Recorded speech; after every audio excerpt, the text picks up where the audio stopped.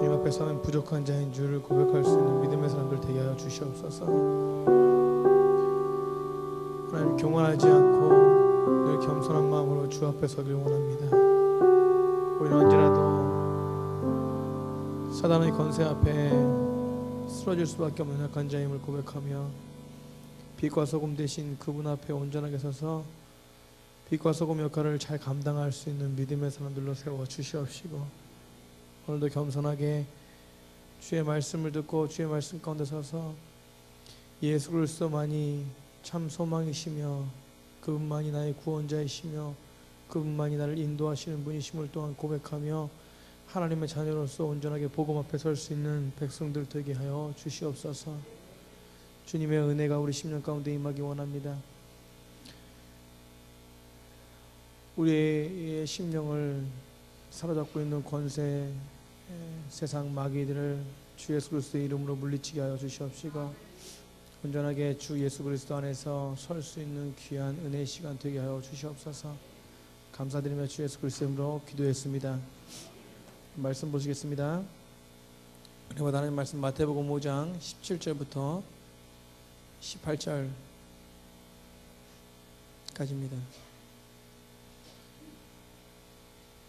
마태복음 5장 17절부터 18절까지입니다. 우리가 한 목소리로 합독하시겠습니다. 내가 율법이나 선지자를 폐하러 온 줄로 생각하지 말라.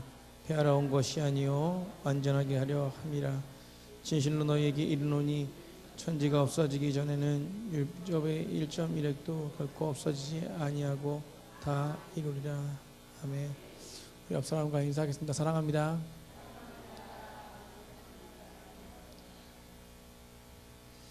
우리는 빛과 소금이 될 수 없는 자들이죠. 그런데 빛과 소금이 될 수 있는 것은 무엇이냐면, 우리가 믿고 우리와 함께 하시는 주 예수 그리스도가 빛과 소금이기 때문에 우리는 빛과 소금이 된 자들입니다. 저번 주 설교 때 제가 빛과 소금에 대해서 설교하고 계속해서 산상수훈 이어서 좀 같이 함께 나누려고 합니다. 오늘 율법에 대해서 좀 이야기 나누고 같이 함께 은혜되는 시간 됐으면 좋겠습니다. 옆 사람과 인사하시겠습니다. 하나님만이 다스리는 귀한 시간 되길 소망합니다.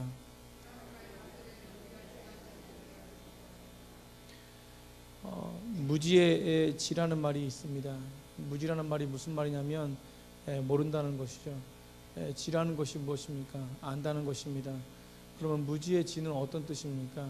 바로 내가 모르는 것을 아는 것이 진짜 아는 것이라는 것이죠. 따라하겠습니다. 내가 모르는 것을 아는 것이 진짜 아는 것이다. 우리는 누구나도 겸손하지 않으면 쓰러질 수밖에 없는 존재입니다. 무지의 지를 아는 것이 지혜로운 자 같습니다. 이것이 바로 겸손한 자고, 저는 이 말이 바로 겸손한 모습이 아닌가 생각합니다. 나는 다 알아 라고 말하는 사람들 많이 있죠. 저도 가끔가다 나는 다 안다라고 교만하게 말할 때가 있는데, 이것은 무지한 자라는 것입니다. 다 알아는 교만한 자만 말할 수 있는 것이죠. 우리는 다 아는 자들이 아닙니다. 우리는 모르는 것을 아는 자들, 그런 겸손한 자들이 될 줄 믿습니다. 내가 모르는 것이 있다면 진짜 그것을 안다면 겸손한 자인 줄 믿습니다. 오늘 본문에 무지한 자들이 나옵니다. 예수님이 이 땅 가운데 구원자로 오셨을 때에 메시아를 모르는 사람들이 있었는데, 그게 바로 누구냐면 그것들을 메시아를 핍박하는 자들이 있었는데, 그게 바로 또 누구냐면 종교 지도자들입니다. 왜 유대인과 종교 지도자들과 바리새인들 또 서기관들 예수님을 알지 못했을까요? 그것은 한 가지입니다. 서론에도 말씀했듯이 본인들이 다 안다라고 생각했습니다.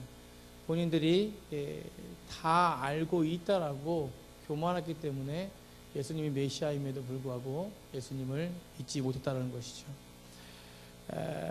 그들이 아는 것은 무엇이냐면 율법이었습니다. 율법을 알고 모든 것을 행하고 있었습니다. 그래서 그것이 다 의로워질 수 있다라고 또 그들은 믿었습니다. 그렇기 때문에 그들에게 무서운 것은 절대 없었죠. 본인들이 율법을 행하고 율법을 다 알고 율법을 지키고 있기 때문에 본인들은 의롭다라고 생각했습니다. 이것이 그들의 교만이었고 그들이 다 알고 있는 사실이었다는 것이죠. 그러나 교만한 마음을 가질 때 예수 그리스도는 그에게 필요가 없는 것입니다. 메시아는 메시아로서의 역할을 감당할 수 없는 것이죠. 구원자는 구원자로서의 필요가 없는 것입니다. 그러나 우리가 다 알고 있듯이 이 율법이 착한 자가 되고 의인이 될 수는 없다라는 것입니다. 아멘. 율법은요 우리를 깨닫게 하는 것이지, 율법을 다 지켰다고 다 의인이 되고 율법을 다 지켰다고 다 착한 자가 될 수 없는 것이죠. 또한 또 다른 한 가지는 율법을 다 지키는 자는 이 땅에 아무도 없습니다. 그런데도 불구하고 이 종교 지도자들, 유대인들, 바리새인들, 서기관들은 그 당시에 그 율법을 다 안다라고 생각했고 다 지킨다라고 생각했고 그 율법이 자신들을 의인되게 만든다라고 생각했습니다. 성경에 말씀이 있습니다. 의인은 없으되 하나도 없다라고 말씀합니다. 그래서 우리에게는 필요한 게 무엇이냐면 바로 구원자가 필요하다는 것입니다. 우리에게 메시아가 필요한 것이죠. 그래서 우리에게는 누가 필요하냐면 바로 예수님이 필요한 것입니다. 그런데 교만한 자들에게 예수님이 필요한 것이 아니라 겸손한 자들에게 예수님이 필요한 것이죠. 그 겸손한 자들이 저희가 됐으면 좋겠습니다. 그래서 우리가 이곳에 와 있고 그리고 예수님을 찬양하고 예수님께로 나아갈 수밖에 없는 것이죠. 구원은 오직 무엇으로 가능합니까? 믿음으로 가능합니다. 믿음이 없이는 구원을 받을 수가 없는 것입니다. 예수님 안에 있는 그 신실한 믿음이 우리 속에 임했을 때 율법을 통해서 나 스스로 의인되는 것이 아니라 그리스도를 인해서 우리가 의인된 줄 믿습니다. 우리 갈라디아서 3장 11절 한번 찾아보겠습니다. 갈라디아서 3장 11절입니다.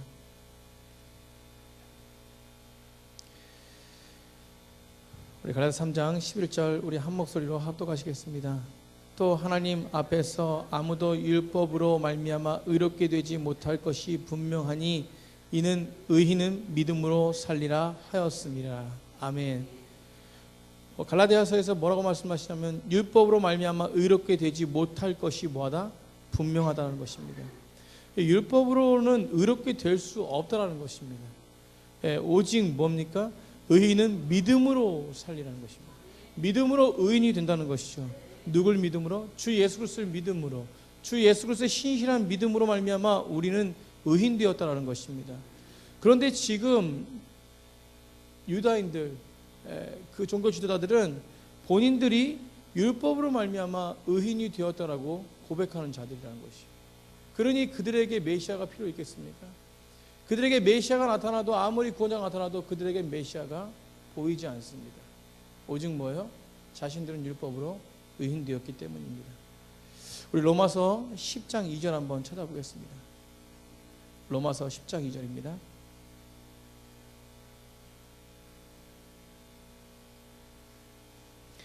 그래서 바울은 로마서 10장 2절에 그들을 향해서 이렇게 얘기합니다. 다 같이 한번 읽어보겠습니다. 시작.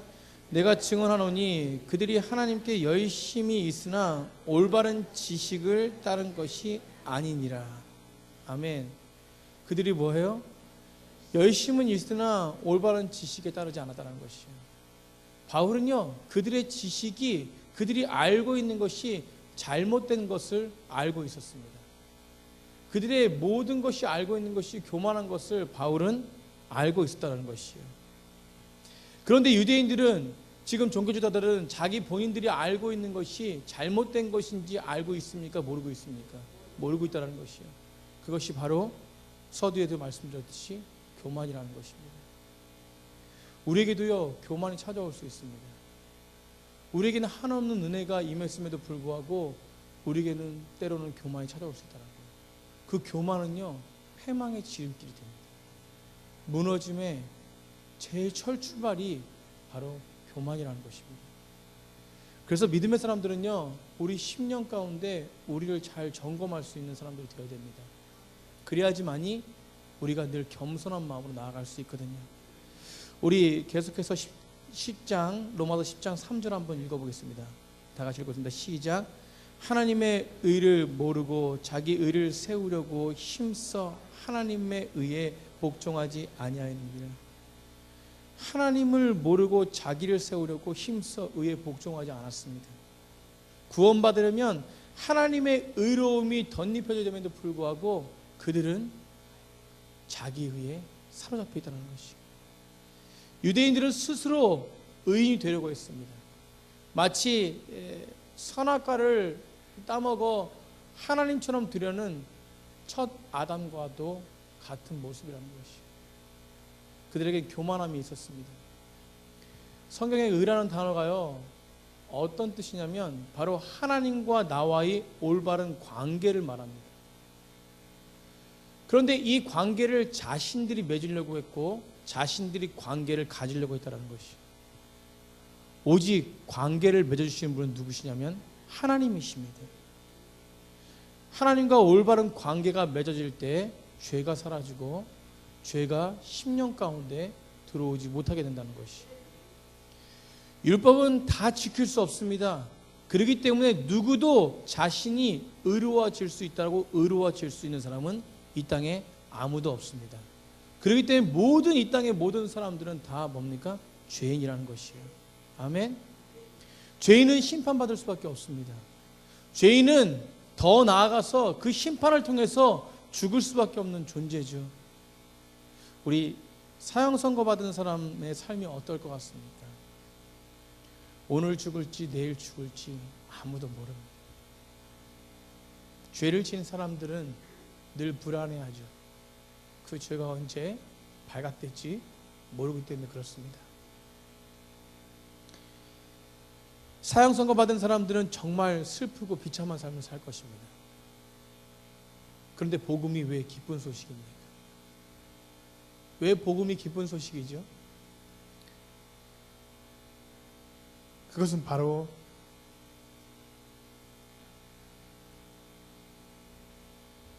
사형 선고받은 사람들을 살리는 게 복음입니다.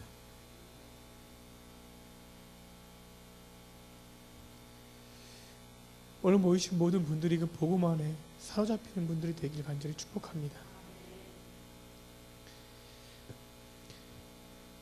기쁜 소식을 온전하게 알아야지만이 우리가 정말로 기쁜 소식이 될 수 있습니다.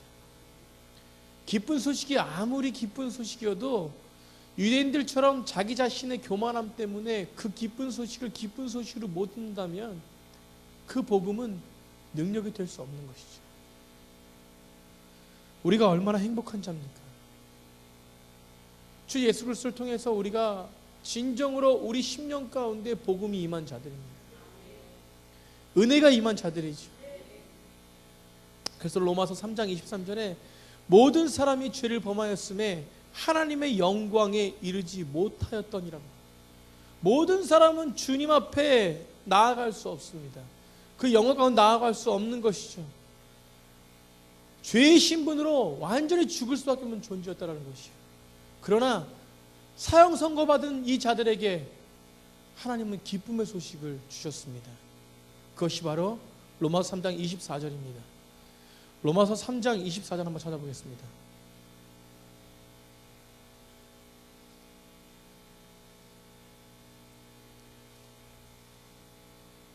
로마서 3장 24절 우리 한번 다 같이 한번 읽어보겠습니다. 시작.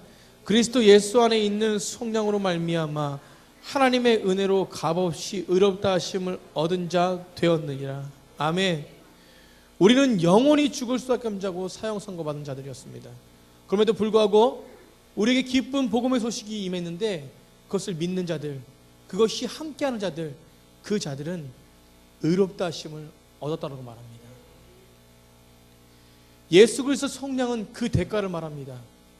그 대가를 통해서 값없이 의롭다 하심을 받았습니다. 이것은 무엇입니까? 살아있다는 것이에요.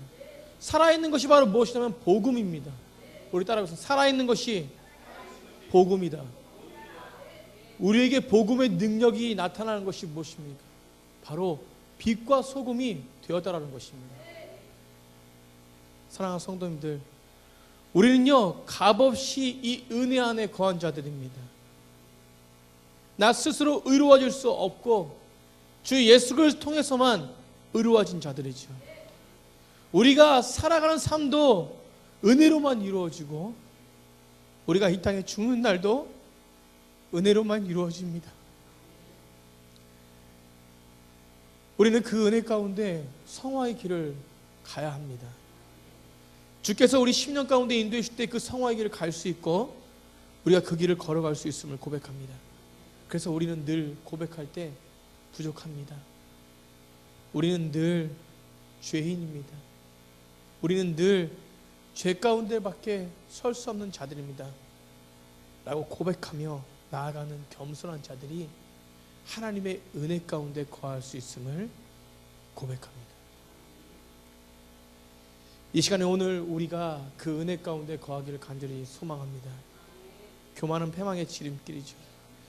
우리에게 필요한 것은 바로 주 예수 그리스도의 은혜만이 필요한 것인 줄 믿습니다. 오늘 그 은혜 가운데 거하는 믿음의 사람들이 되어서 진정으로 하나님이 얼마나 우리를 사랑하시고 또 주 예수 그리스도의 능력이 얼마나 위대한지를 깨닫고 정말 죄에서부터 그 죄에서부터 자유함을 누리시는 백성들이 되기를 간절히 축복합니다. 유대인들은 이것을 받아들이지 못했습니다. 유대인들은 왜 받아들이지 못했습니까? 수천 년 동안 내려왔던 구약 성경, 그 구약 성경이 자기들의 그 의인 되게 만들고 자기들을 구원할 것이라고 말했습니다. 예수님이 말한 복음은 다른 것이라고 또 오해했습니다. 그리고 자기만의 생각들이 그것이 맞다라고 생각했습니다. 즉 그들이 예수님을 선택하지 못한 것은 바로 무엇이냐면 율법과 예수님은 복음은 서로 다른 것이라고 생각했다는 것이죠. 그러나 사랑하는 성도님들, 성경에는요 율법과 복음이 다른 것이라고 얘기하지 않습니다. 율법의 반대가 복음이고 복음의 반대가 율법이라고 말씀하지 않습니다. 이 둘은 하나입니다. 이 둘이 하나가 되지 않고서는 구원은 완성될 수 없다는 것입니다. 율법이 있어야지만이 복음이 있고 복음이 있어야지만이 율법이 있는 것입니다. 아멘. 여전히 율법은 지금도 우리 삶 가운데 무엇을 알게 합니까? 죄를 깨닫게 합니다. 그래서 하나님의 말씀은요 능력이 있는 것이에요. 우리의 죄를 깨닫게 하고 우리의 죄 가운데 있는 자들을 꺼집어내서 다시 선한 길로 인도하시는 것이 바로 무엇이냐면 율법이라는 것입니다. 오늘 이 말씀이, 이 율법이 우리 10년 가운데 모든 죄를 끄집어내서 다시금 선한 길로 인도하는 귀한 시간이 되길 축복합니다. 유대인들은 그래서 본인들의 생각 때문에 예수 그리스도를 선택하지 않고 이 율법을 온전히 선택했습니다. 우리 요한복음 5장 39절 한번 찾아보겠습니다. 요한복음 5장 39절입니다. 우리 다 같이 읽어보겠습니다. 시작. 너희가 성경에서 영생을 얻은 줄 생각하고 성경을 연구하거니와 이 성경이 곧 내게 대하여 증언하는 것이니라. 너희가 누굽니까? 바로 유대인들이죠. 성경을 연구하고 성경을 많이 안다는 것이에요. 그런데 이 성경이 누구에 대해서 증언하는 것입니까? 바로 주 예수 그리스도에 대해서 증언하는 것이에요. 그렇기 때문에 이 성경의 완성, 율법의 완성은 예수님이시라는 것입니다. 구약에서 오실 예수님을 이야기하는 것이고 신약에서는 오신 예수님을 이야기하는 것이고 다시 오실 예수님을 요한계시록에서 이야기하고 있습니다. 이것이 바로 성경에서 말씀하는 것이죠. 그래서 예수님만이 구원자이시고 예수님만이 통치자이심을 믿습니다. 그 예수님만이 우리를 구원하실 수 있는 분이시고 예수님만이 복음입니다. 그 복음의 능력이 우리 10년 가운데 임했을 때 우리는 죄 가운데 거할 수 없는 것이죠. 한 해를 마무리하는 시간입니다. 우리가 한 해 동안 여러 가지 죄들이 있었을 것입니다. 크고 작은 죄들이 있었을 것입니다. 말씀 가운데 한 해를 마무리하면서 우리의 죄를 점검하는 시간 되길 간절히 축복합니다. 하나님은요, 예수님은요, 어떤 죄도 용서하지 못할 죄가 없습니다. 그러나 죄의 대가는 있는 것이죠. 사랑하는 성도님들, 복음 안에 다시금 우리의 삶을 점검하시길 간절히 축복합니다. 저도 목사이지만 한 해 동안 알고 지은 죄, 모르고 지은 죄 너무나 많이 있습니다. 그것들을 점검하며 다시금 내년을 살아갈 때에 하나님의 은혜 가운데 거할 수 있음을 고백합니다. 오늘 모이신 모든 성도님들, 그 은혜 가운데 거하길 간절히 축복합니다. 우리가 말을 함부로 했다면, 우리가 누구를 정죄했다면, 우리가 어떤 음행과 어떤 또 다른 일들을, 죄를 저질렀다면 철저하게 주 앞에 나아가는 회개가 있을 때 주 예수 그리스도께서는 우리의 심령 가운데 깨끗함을 주실 줄 믿습니다. 로마서 1장 2절에 복음은 하나님의 선지자를 통해서 그 아들에 관하여 성경에 미리 약속했다고 말씀합니다. 성경에 약속하신 것은 그 아들에 관해서입니다. 그 아들을 왜 주셨습니까? 율법을 완전하게 하시기 위한 하나님의 계획이시라는 것입니다. 그래서 로마서 10장 4절에 이렇게 결론을 내리고 있습니다. 그리스도는 모든 믿는 자들의 의를 위하여 마침이 되셨다는 것입니다. 점을 찍으셨다는 것이요. 누가 의를 위하여 점을 찍으셨습니까? 바로 주 예수 그리스도라는 것이요. 그래서 그 예수 그리스도의 은혜가 아니면 우리는 살아갈 수가 없습니다. 그 예수 그리스도의 은혜가 아니면 우리는 이 땅 가운데 거할 수 없는 자들이라는 것이요. 구약에 보십시오. 율법이 다라면, 율법이 완전하다면 어떻게 제사를 줬습니까? 율법을 다 지킬 수 없기 때문에, 율법을 다 이룰 수 없기 때문에, 그렇기 때문에 그들에게 다시금 속죄할 수 있는 속죄제와 번제와 모든 소제와 속번제 모든 제사를 주셨습니다. 그래 사랑하는 성도님들, 중요한 것이 있습니다. 율법을 완전하게 하신 분이 계시죠. 십자가의 그 사건을 통해서 이 모든 제사를 다 완전하게 멸하신 분이 계십니다.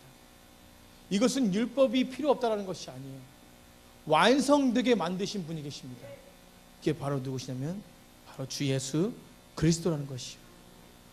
하나님이 원하시는 율법이 무엇입니까?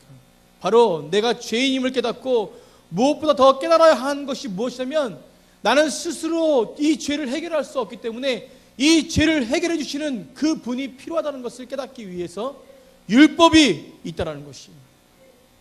그래서 우리는 한없는 은혜 속에 거하기 위해서 주 예수 그리스도만이 우리의 구원자이심을 고백하기 위해서 율법이 우리에게 적용되는 것이죠. 한 번의 십자가 사건으로 통해서 모든 제사를 사해 주셨습니다. 그래서 그 율법의 마침은 바로 예수 그리스도라는 것입니다.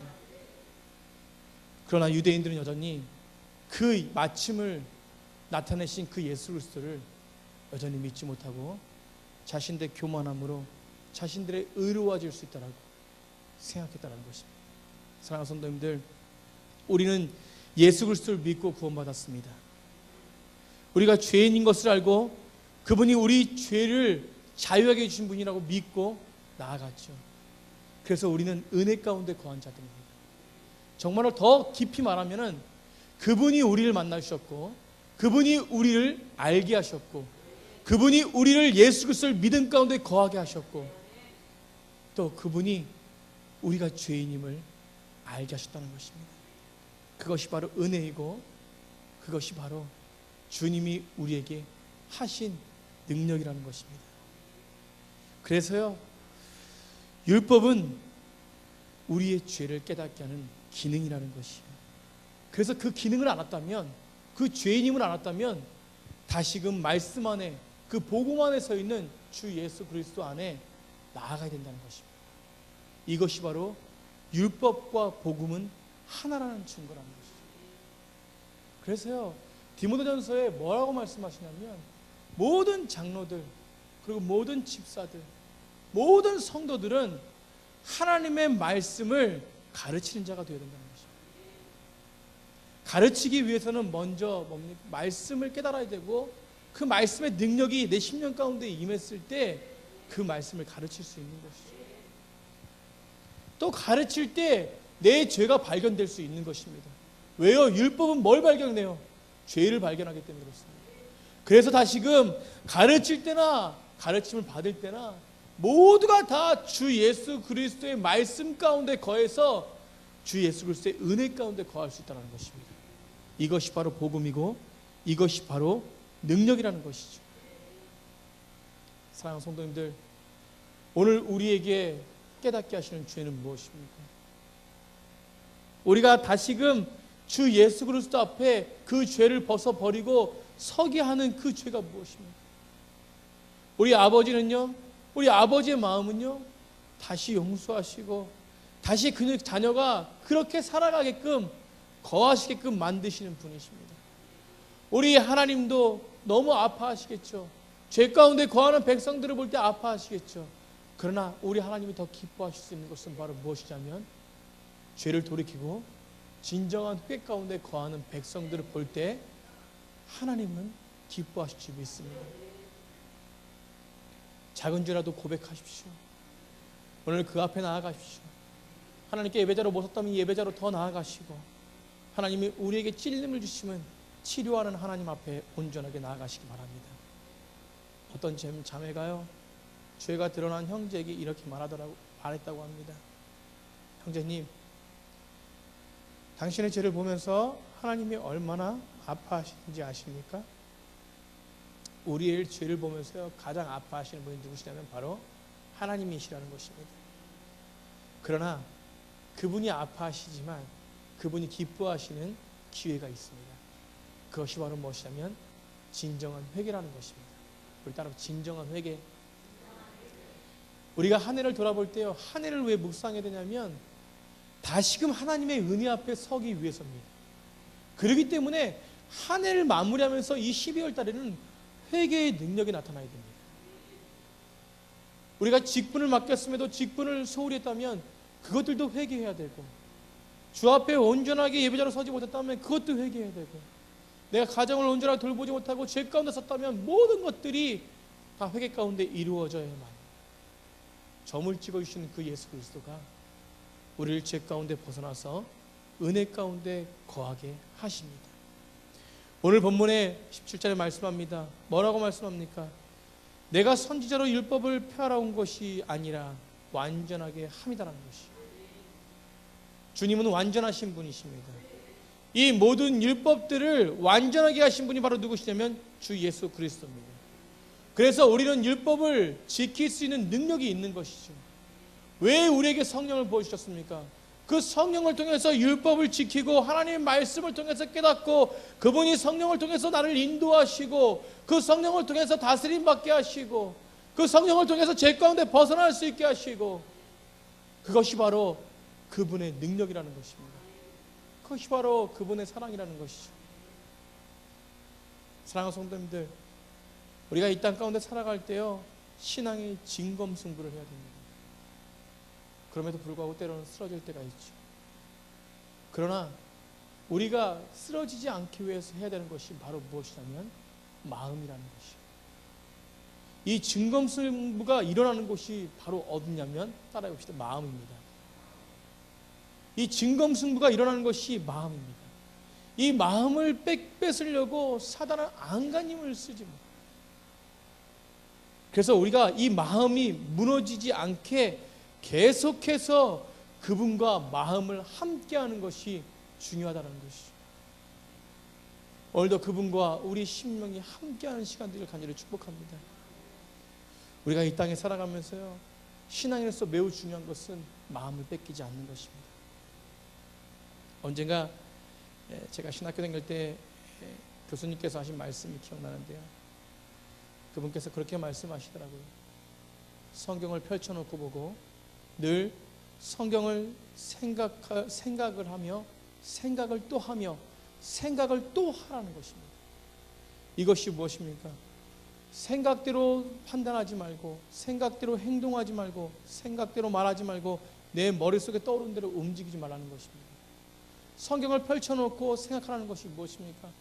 예수 그리스도께서, 하나님께서 어떤 말씀, 어떤 뜻을, 어떤 걸 원하시는지 계속해서 되씹어 보라는 것입니다.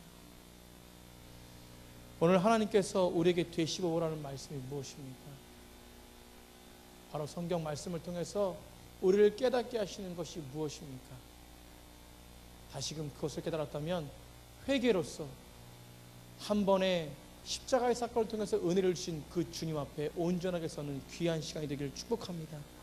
그래서 그것을 생각하고 나아가서 정말 세상의 늪에 빠지는 것이 아니라 나를 점검하고 점검할 때 세상 가운데 벗어날 수 있는 능력이 우리 심령 가운데 있다고 저는 믿습니다. 말하다가 음식을 나눌 때 참 귀한 일이죠. 그러나 예수 그리스도께서는 뭐라고 말씀하셨습니까?